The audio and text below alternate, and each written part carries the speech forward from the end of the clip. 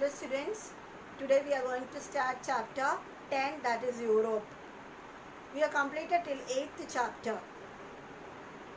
Chapter 9 is not there, that is energy and power resources. The council has reduced that chapter. So chapter 9 will not be there. You don't have to study chapter 9. So after completing the 8th chapter, we are directly going to the 10th chapter, that is Europe. So before beginning the chapter, students, I want to tell you about the portion, that is second term portion. As you know, after the 13th cycle, in the 14th cycle, we are having our second term examination. The geography portion for the second term is chapter 7 and chapter 8. Chapter 7, need and classification of industries, and chapter 8, important industries. All of you note it down and start studying. Read the textbook also nicely and prepare well for the exam. So let us begin the 10th chapter, Europe. Europe is the western part of the continent of Eurasia, sometimes thought of as its own continent. It is separated from Asia by the Ural Mountains in Russia and the Bosporus Strait in Turkey. Europe is bordered by water on three sides. On the west is the Atlantic Ocean. Europe is the sixth largest or the second smallest continent on earth. It is thrice the size of India. Some of the greatest civilizations, such as ancient Greece and the Roman Empire, emerged in Europe. One of the major events in the history of Europe was Industrial Revolution, which marked the rise of modern industry and spread of colonialism. Most European nations are located within a few hundred kilometers from the sea. The sea has played a prominent role in the development of the continent. The highly irregular coastline, along with vast seas, have shaped the social, cultural, political and economic structure of the continent. Irregular coastline. A coast is irregular when the line of the land is uneven, containing many natural harbors. The harbors enable trade and can help a country thrive. Regular coastline. Regular coastline have a smooth outline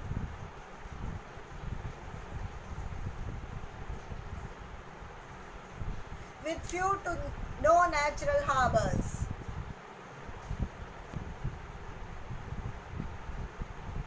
What do you mean by irregular coastline? A coast is irregular when the line of the land is uneven, containing many natural harbors. The harbors enable trade and can help a country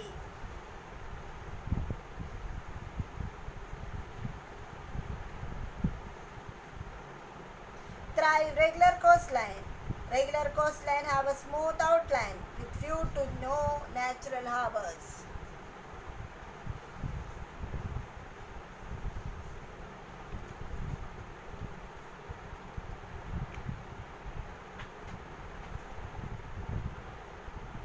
Location. Europe is located entirely in the northern hemisphere. The North Atlantic Ocean separates Europe from North America. The Arctic Circle passes through Norway. The prime meridian passes close to London. The continent lies mostly in the temperate zone. Europe is known as Peninsula of Peninsulas, since it is a large peninsula as a whole, surrounded by Arctic Ocean in the north, Atlantic in the west, Mediterranean Sea in the south. At the same time, its coastline is divided into numerous smaller peninsulas, such as Scandinavian, Jutland, Iberian, Italian, and Greek peninsula. What is a peninsula? A piece of land almost surrounded by water, or projecting out into the body of water. Boundaries. Europe is separated from Asia in the east by the Ural Mountains. The Mediterranean Sea and the Strait of Gibraltar separate Europe from Africa in the south. The Caucasus Mountains separate it from Asia in the southeast. Europe is not a separate landmass in itself. It is also considered by many as a westward extension of Asia. Hence, the term Eurasia is sometimes used to address the continents of Europe and Asia together. Due to its unique location, geography, Europe has distinct climate, flora, fauna, natural resources, industry and population. About the political divisions of Europe. For historical political purposes, Europe is divided into two regions of Western Europe and Eastern Europe. In this case, the region of Western Europe includes the regions of Northern Europe, Southern Europe, Central Europe and the British Isles. Eastern Europe is everything east of Germany, Austria and Italy. Europe is a small continent that comprises 50 countries. Most countries in Europe are small in size. The Scandinavian countries include Norway, Sweden, Denmark, along with the Nordic countries in Finland and Iceland. The United Kingdom, that is UK, comprises of the island of Great Britain, which in turn includes English, Wales and Scotland. The lowland countries include the lowland plains in the west, such as Belgium, the Netherlands and Luxembourg.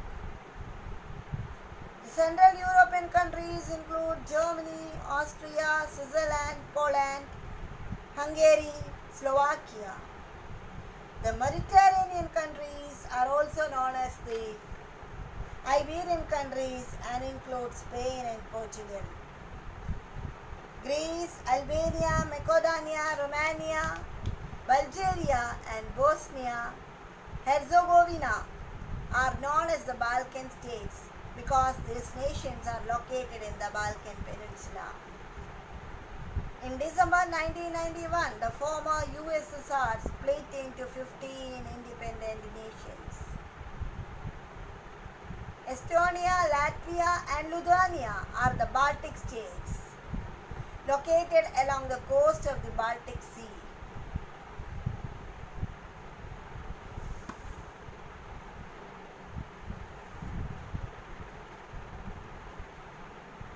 Formerly known as the Vatican City, the Holy See is under the jurisdiction of the Catholic Church in Rome.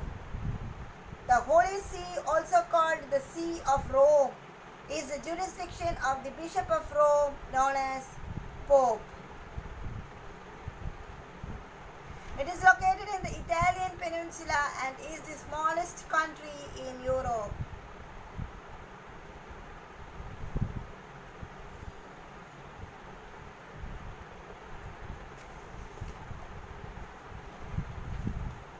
The northernmost part of Scandinavian countries, along with the Kola Peninsula of Russia, form the Lapland. It lies within the Arctic Circle.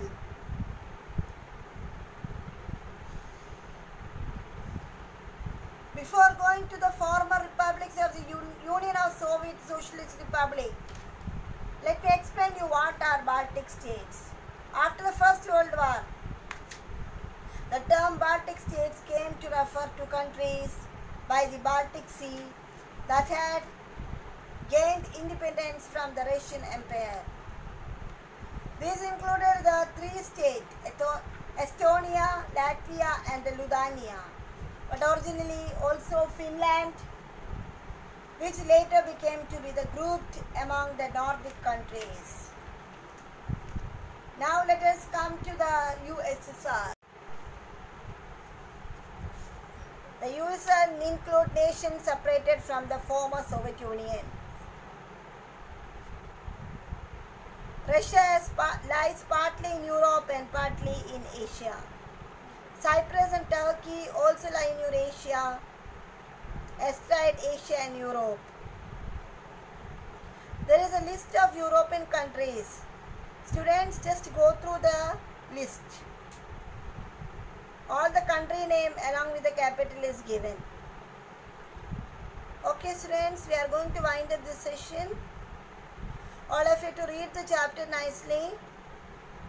Read the chapter till the portion I have taken. Meet you in the next session. Till then, goodbye. Thank you.